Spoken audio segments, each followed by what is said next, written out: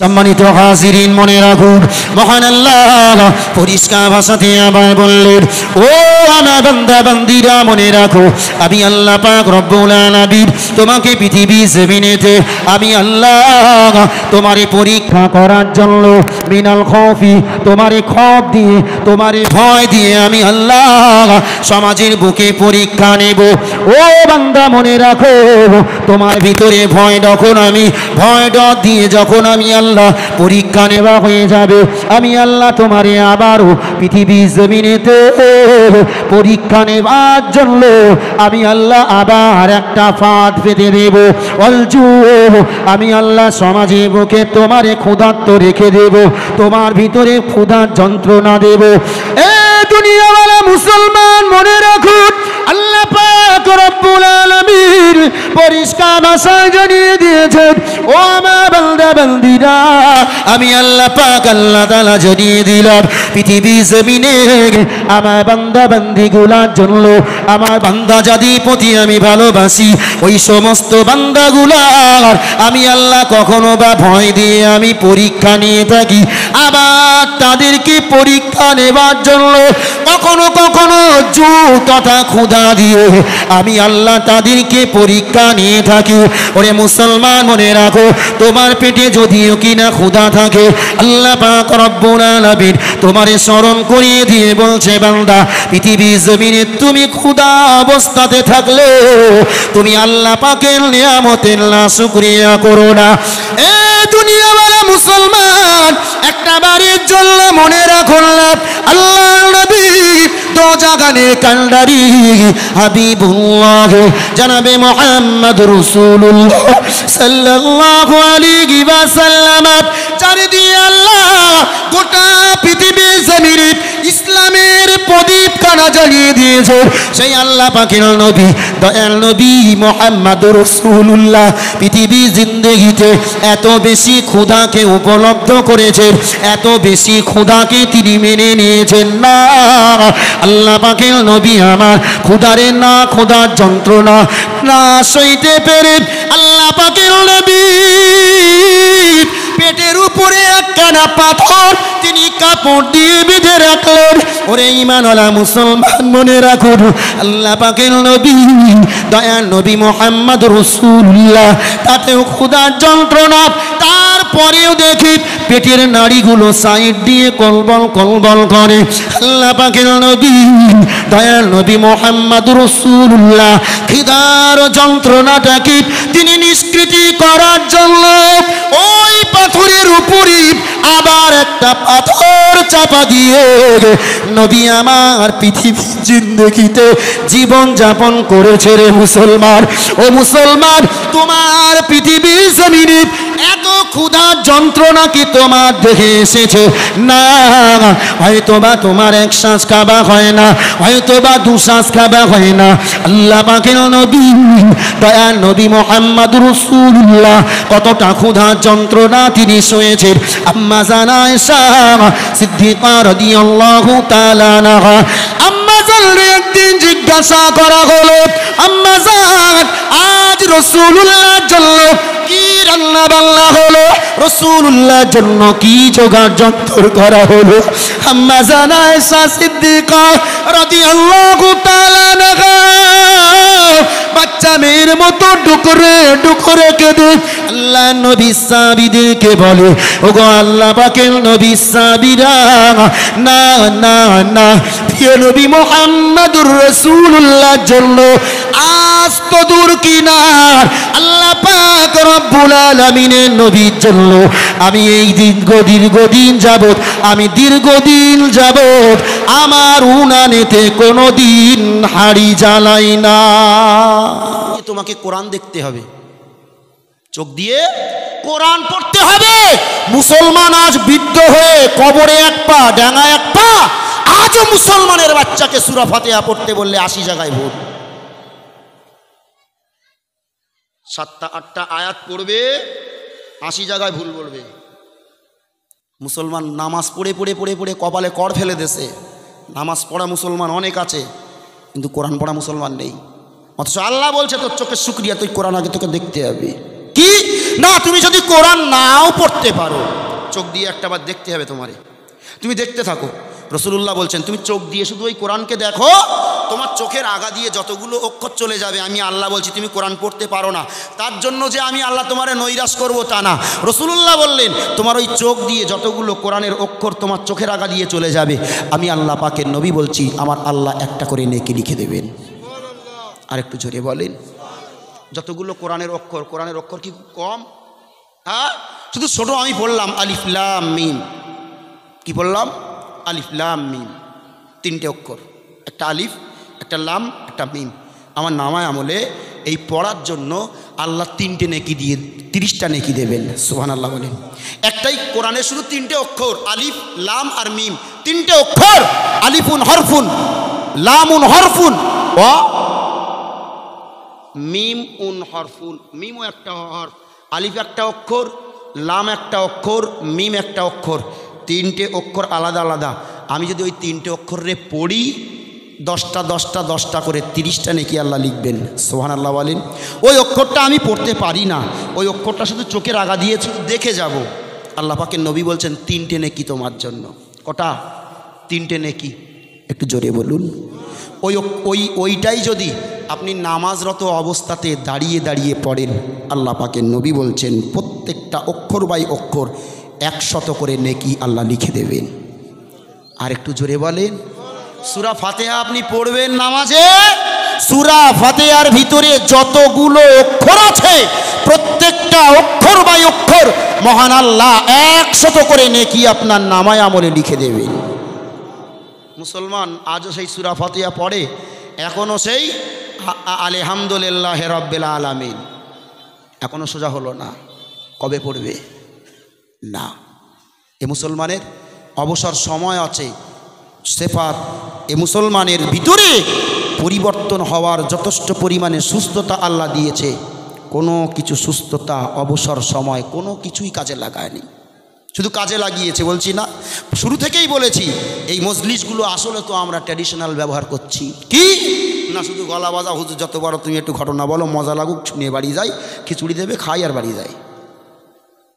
এই মজলিসটা খরচা করতে কমপক্ষে ছেলেরা কিছু না হোক 50,000 থেকে 70,000 টাকা কমপক্ষে খরচা আছে এর পিছনে, এই মজলিসটা কায়েম করতে।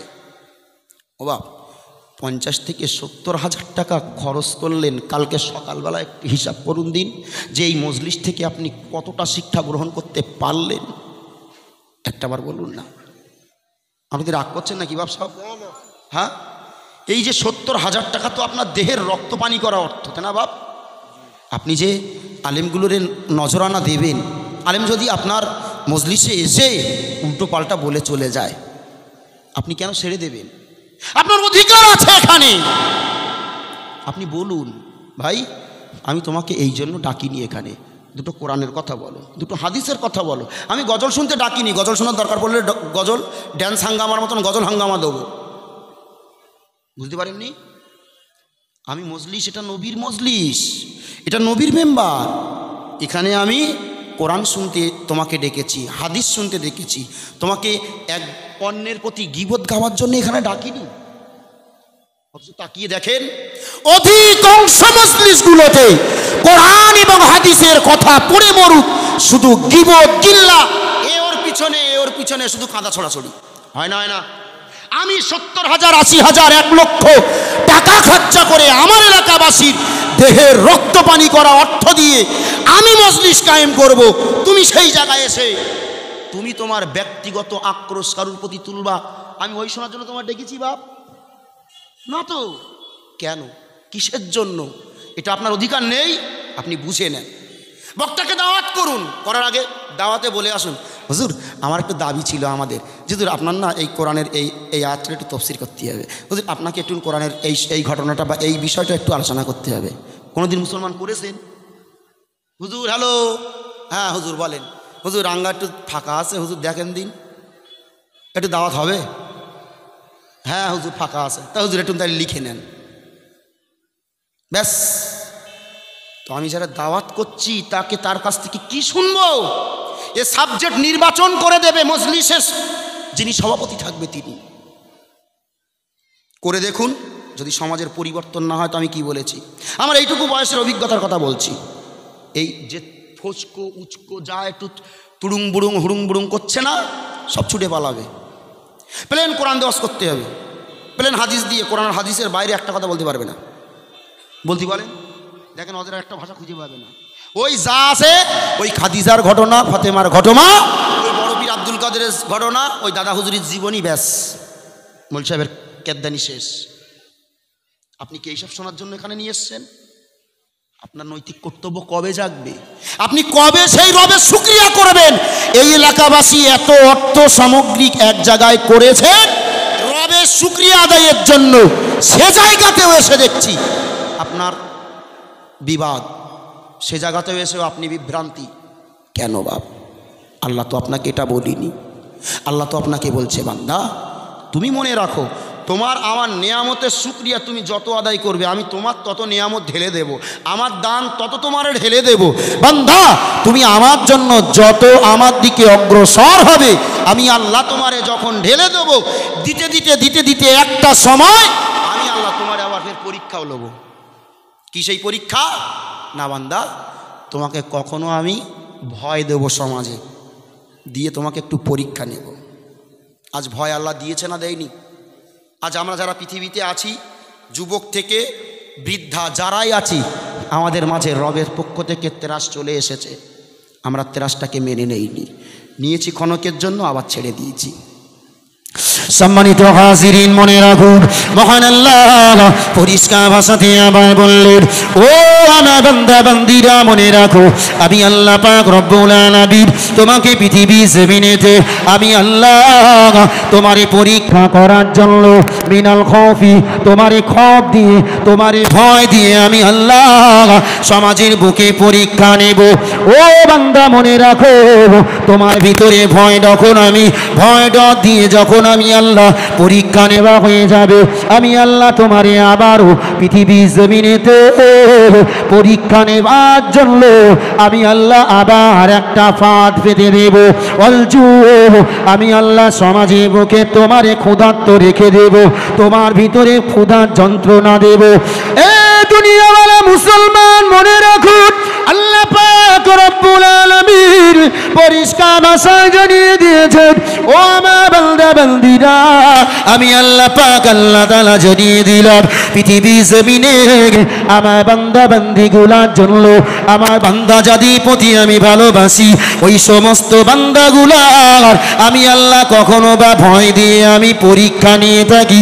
আবার তাদেরকে পরীক্ষা নেবার জন্য কখনো কখনো জু তথা ক্ষুধা দিয়ে আমি আল্লাহ তাদেরকে পরীক্ষা নিয়ে থাকি। ওরে মুসলমান মনে রাখো তোমার পেটে যদিও কিনা ক্ষুধা থাকে আল্লাহ পাক রব্বুল আলামিন তোমারে স্মরণ করিয়ে দিয়ে বলছে, বান্দা পৃথিবী জমিনে তুমি ক্ষুধা অবস্থাতে থাকলে তুমি আল্লাহ পাকের নিয়ামতের না শুকরিয়া করো না। এ দুনিয়াওয়ালা মুসলমান একটা বাড়ির জন্য মনে রাখো আল্লাহ নবী দোজাগানে কান্ডারি হাবিবুল্লাহ জনাবে মুহাম্মদ রাসূলুল্লাহ সাল্লাল্লাহু আলাইহি ওয়াসাল্লাম চারিদিকে আল্লাহ গোটা পৃথিবী জমিনে ইসলামের প্রদীপ কানা জ্বালিয়ে দিয়েছে। সেই আল্লাহ পাকের নবী দয়াল নবী মুহাম্মদ রাসূলুল্লাহ পৃথিবী জিন্দেগিতে এত বেশি ক্ষুধাকে উপলব্ধ করেছেন, এত বেশি ক্ষুধাকে তিনি মেনে নিয়েছেন না। আল্লাহ পাকের নবী আমার ক্ষুধারে না ক্ষুধার যন্ত্রণা না সইতে পেরে আল্লাহ পাকের নবী পেটের উপরে একখানা পাথর তিনি কাপড় দিয়ে বেঁধে রাখলেন। ওরে ঈমানওয়ালা মুসলমান মনে রাখুন আল্লাহ পাকের নবী দয়াল নবী মুহাম্মদ রাসূলুল্লাহ তাতেও ক্ষুধার যন্ত্রণা, তারপরেও দেখি পেটের নাড়িগুলো সাইড দিয়ে কলবল কলবল করে। আল্লাহ পাকের নবী দয়াল নবী মুহাম্মদ রাসূলুল্লাহ খিদার যন্ত্রণাটাকে তিনি নিষ্কৃতি করার জন্য ওই পাথরের উপরে আবার একটা পাথর চাপা দিয়ে নবী আমার পৃথিবীর জিন্দেগিতে জীবন যাপন করেছে। রে মুসলমান, ও মুসলমান তোমার পৃথিবীর জমিনে এত ক্ষুধার যন্ত্রণা কি তোমার দেখে এসেছে? না, হয়তোবা তোমার এক শ্বাস খাওয়া হয় না, হয়তোবা দু শ্বাস খাওয়া হয় না। আল্লাহ পাকের নবী দয়ার নবী মুহাম্মদুর রাসূলুল্লাহ কতটা ক্ষুধার যন্ত্রণা তিনি সয়েছেন। আম্মা জান আয়েশা সিদ্দিকা রাদিয়াল্লাহু তাআলা আনহা, আম্মা জানকে একদিন জিজ্ঞাসা করা হলো, আম্মা জান আজ রাসূলুল্লাহর জন্য কি রান্না বান্না হলো, রাসূলুল্লাহর জন্য কি জোগাড় যন্ত্র করা হলো? আম্মা জান আয়েশা সিদ্দিকা রাদিয়াল্লাহু তাআলা আনহা বাচ্চা মেয়ের মতো ডুকরে ডুকরে কেঁদে আল্লাহ নবী সাহাবীদেরকে বলে, ওগো আল্লাহ পাকের নবী সাহাবীরা, না না না, প্রিয় নবী মুহাম্মদুর রাসূলুল্লাহর জন্য আজ তো দূর কিনার আল্লাহ পাক রব্বুল আলামিনের নবীর জন্য আমি এই দীর্ঘদিন যাবত আমার উনানেতে কোনোদিন হাড়ি জ্বালাই না। বহুদিন হয়ে গেছে আমি রাসূলুল্লাহর জন্য এখনো উনানে হাড়ি নিয়ে যেতে পারিনি। এমনও কি ঐতিহাসিকগণ বা মুহাদ্দিসগণ বলেছেন, মাস পেরিয়ে গেছে রাসূলুল্লাহর উনুনে হাড়ি উঠিনি। মাস পেরিয়ে গেছে রাসূলুল্লাহর উনানে হাড়ি জুটিনি। মুসলমান, তোমার বাড়িতে এতটা কি এখনো এসেছে? এতটা ক্ষুধা এসেছে যে এক মাস তোমার বাড়ি এখনো উনানে হাড়ি উঠিনি? এরকম কেউ আছে? নেই। তারপরে তোমার শুকরিয়া বার হলো না। বাপ, খুব পরিষ্কার মনে রাখুন, ভয় দিয়ে আল্লাহ ক্ষুধা দিয়ে বান্দাদেরকে শুধু পরীক্ষা করেন। কেমন পরীক্ষা? আরও একটা বাস্তব চিত্র আপনারা তুলুন। পৃথিবীর জমিনে মহান আল্লাহ 10 জন ব্যক্তিকে নবীকে দিয়ে 10 জন ব্যক্তিকে এই জগতে জান্নাতের সার্টিফিকেট দিয়েছিলেন। জানা আছে আপনাদের? যে ব্যক্তিত্বগুলোকে আমরা কি বলি? আশারায়ে মুবাশশারা। আশারা মানে 10। আমরা যেমন 1 2 3 করে 10 গুনি, আরবি শব্দে আশারা মানে হলো 10, আর মুবাশশারা মানে সুসংবাদ প্রাপ্ত ব্যক্তি, যাদের প্রতি এমন 10 জন ব্যক্তি যাদের জন্য আল্লাহ সুসংবাদ দিয়েছেন। একটু জোরে বলেন সুবহানাল্লাহ। সেই 10 জন সাহাবীর ভিতরে রাসূলুল্লাহ 4 জন জলিলুল কদর সাহাবী, জি, হযরতে আবু বকর, ওমর, উসমান, আলী, তানারাও ছিলেন। ওই পরিষ্কার মনে রাখুন, কেন তারা আশারায়ে মুবাশশারাত হয়েছিলেন জানা আছে কারো? শুধু পড়ি যে আশারায়ে মুবাশশারাত, তারা 10 জন জান্নাতের সার্টিফিকেট পৃথিবী থাকতে পেয়েছে। আমরা মুসলমান, তাই তুমি শুনে সুবহানাল্লাহ। কিন্তু কেন পেয়েছে জানা আছে ইতিহাস আপনার? না। তখন গোটা মদিনা নগরীতে খাদ্যের অনাটন, অভাব, কোনো দিকে খাদ্যের কোনো মিল নাই, অর্থ থাকলেও খাবার নাই।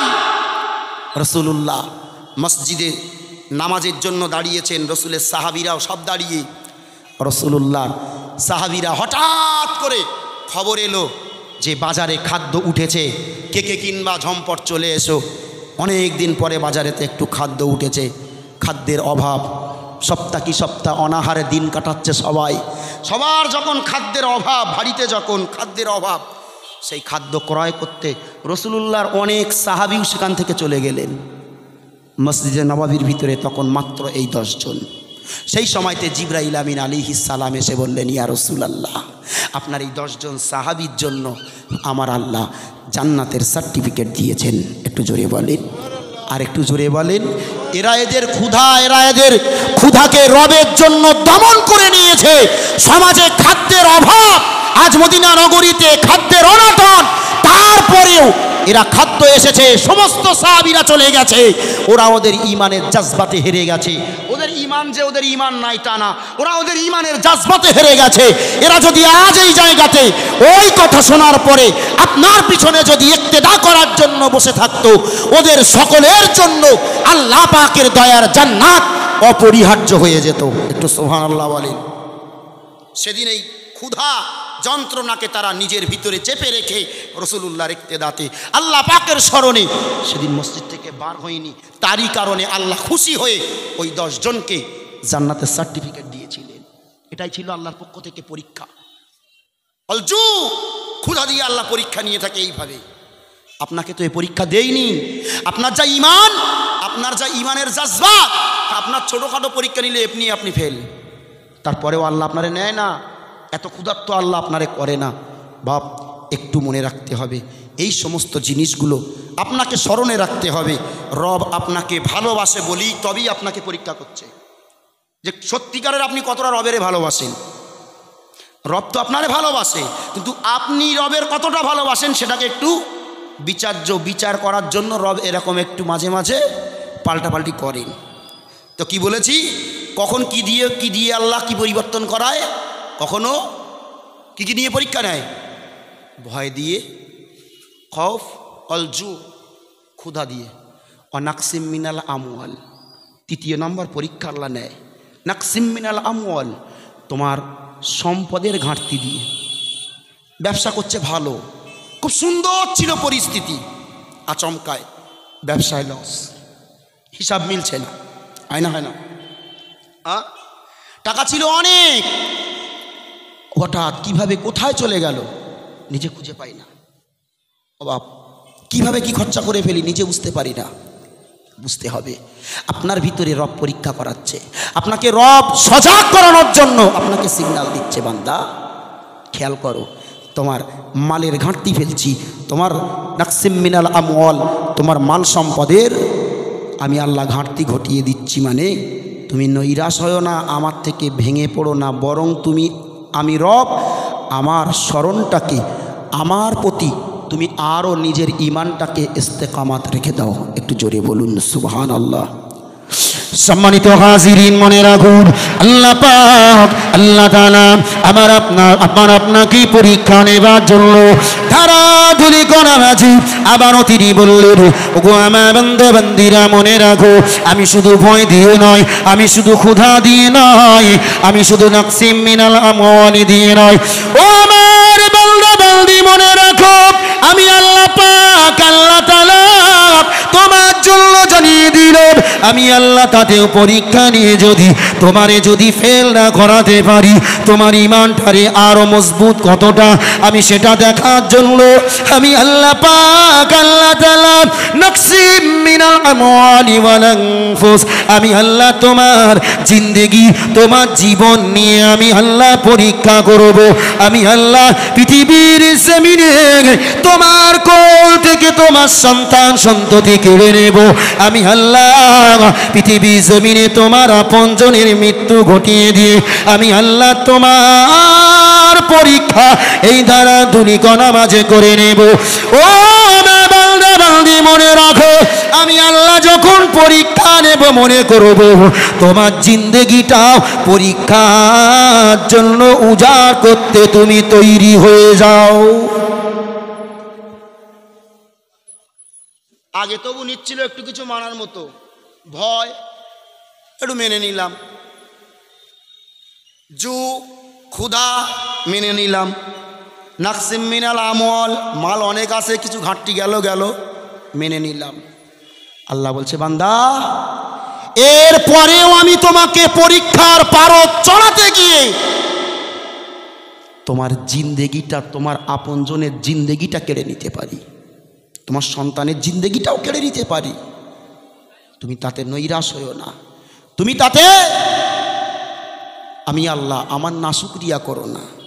একটা বার মনে রেখো, আমরা তো সমাজে দেখি যে সন্তান সন্ততিগুলো মারা গেলে মাগুলো চুল ছেঁড়াছেড়ি করে, বাপগুলো বুক দাবড়ায় করে না।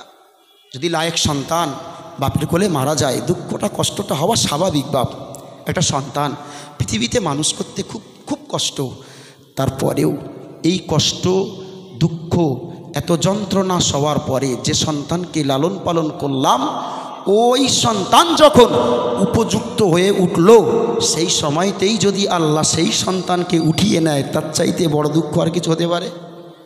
ওর চাইতে বড় দুঃখ না। অথচ আল্লাহ বলছে আমি উঠাবো, উঠিয়ে নেব। তবে তোমাকে ধৈর্য ধরতে হবে, তোমাকে সবর এখতিয়ার করতে হবে। তুমি কাঁদো, তবে তুমি চিল্লাতে পারবে না। তুমি সমাজের বুকে দুঃখ প্রকাশ করো, কিন্তু বুক দাবড়াতে পারবে না। বরং আলহামদুলিল্লাহ পড়ো, আল্লাহর জিনিস আল্লাহ নিয়েছে, আল্লাহ যার জিনিস সে নিয়ে গেছে, এই বলে নিজের মনকে সান্ত্বনা দাও। রাসূলুল্লাহ বললেন, ওই সান্ত্বনা পিতামাতা যদি এই সান্ত্বনাকে নিজের অন্তর থেকে দিতে পারে, মহান আল্লাহ ওই সন্তানটাকে আল্লাহ কিয়ামতের দিন পিতামাতার জন্য নাজাতের ওসিলা হয়ে যাবে। একটু জোরে বলেন, আর একটু জোরে বলেন সুবহানাল্লাহ। জি ভাই, একটু মহব্বতে দুরূদ শরীফ আল্লাহুম্মা। কিছু বলবেন? 7:45 জামাত, আপনি ঠিক 7:40 পর্যন্ত আজান হবে না? আজান টুকানি বন্ধ থাকবে, 7টায় আজান ভেঙে যাবে না? কিছু ভাববো না। মহব্বতে দুরূদ আল্লাহুম্মা সাল্লি আলা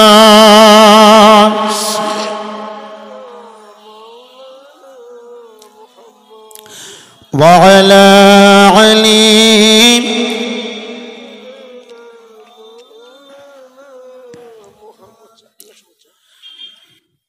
নবী রাজা শরীফ দেখে মন ভরে না, দিদার দাও গো সাগে মদিনা, দিদার দাও গো সাগে মদিনা। আল্লাহুম্মা সাল্লি আলা।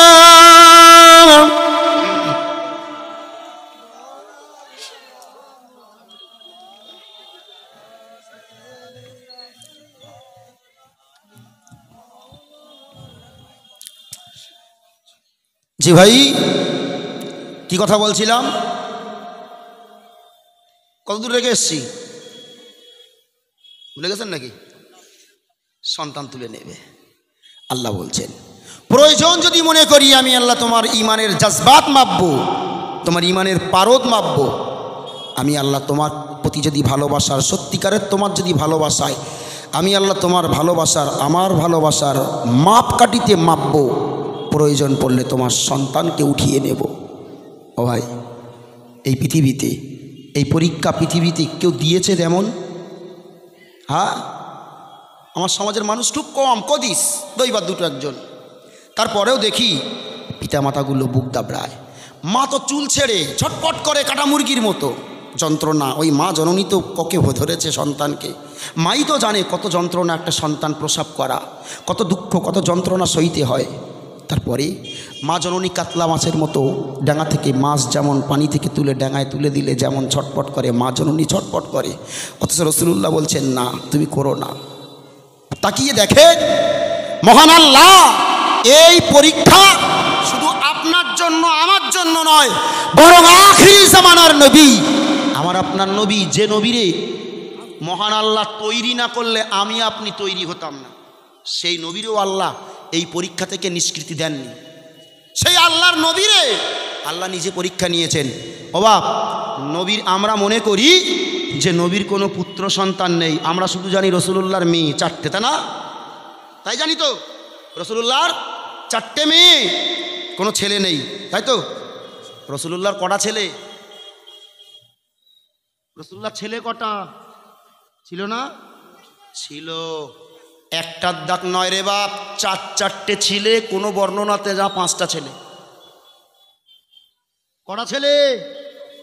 রাসূলুল্লাহর 4টে ছেলে। একটা ছেলের নাম ছিল ইব্রাহিম, একটা ছেলের নাম ছিল কাসিম, যেটাকে রাসূলুল্লাহ অত্যন্ত ভালোবাসত এই কাসিমকে।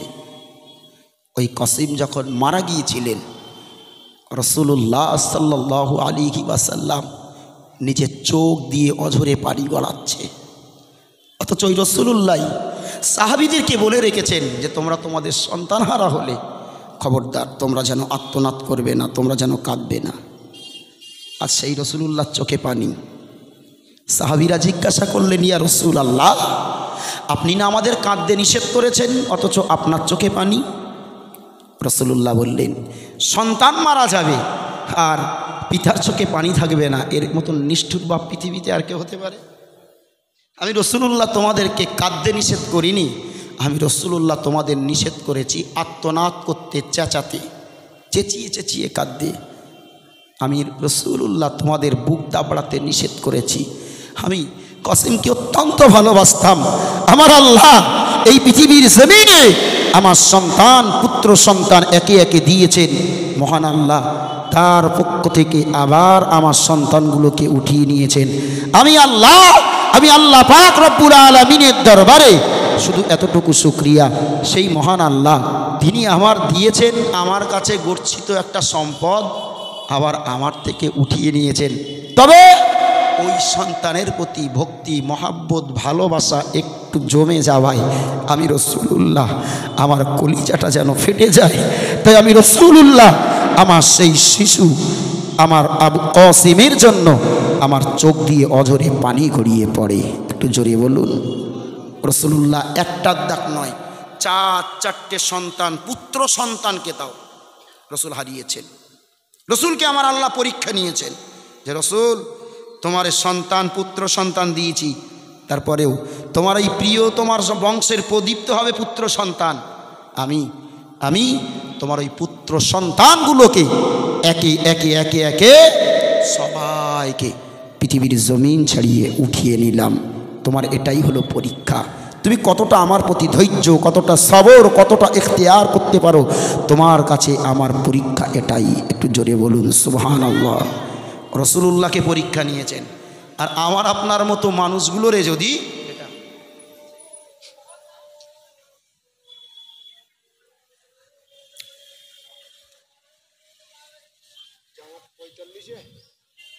কনফার্ম 15 তাই বলো, 7টা 15ই হচ্ছে যাওয়া, বলছে 45 বলছে 7টা 15ই যাওয়া, ঠিকই আছে এই বলছিল 15ই যাওয়া, তাই এটা সম্ভব না, এটা আজানের পর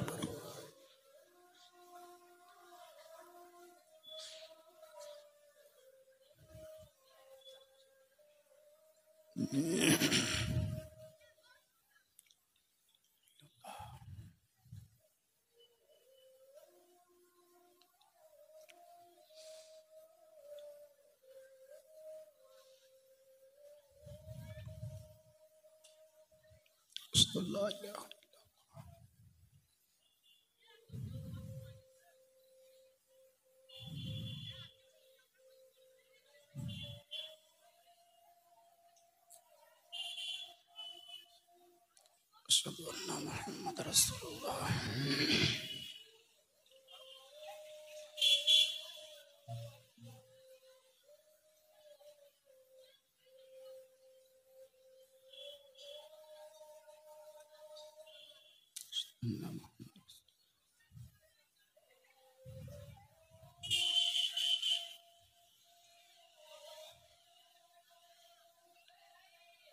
لا حول ولا قوة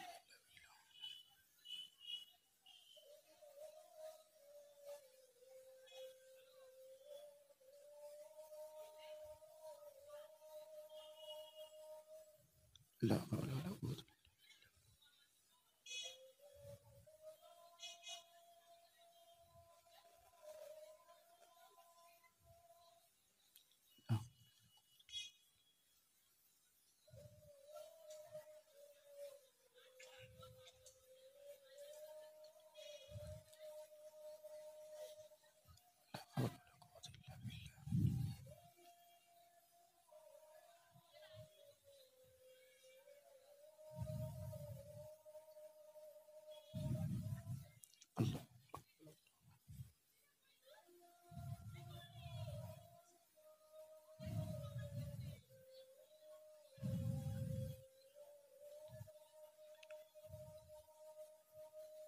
لا إله إلا الله.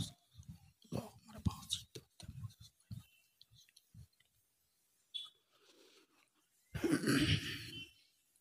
درود الشريف. اللهم صل على سيدنا مولانا محمد وعلى علي سيدنا।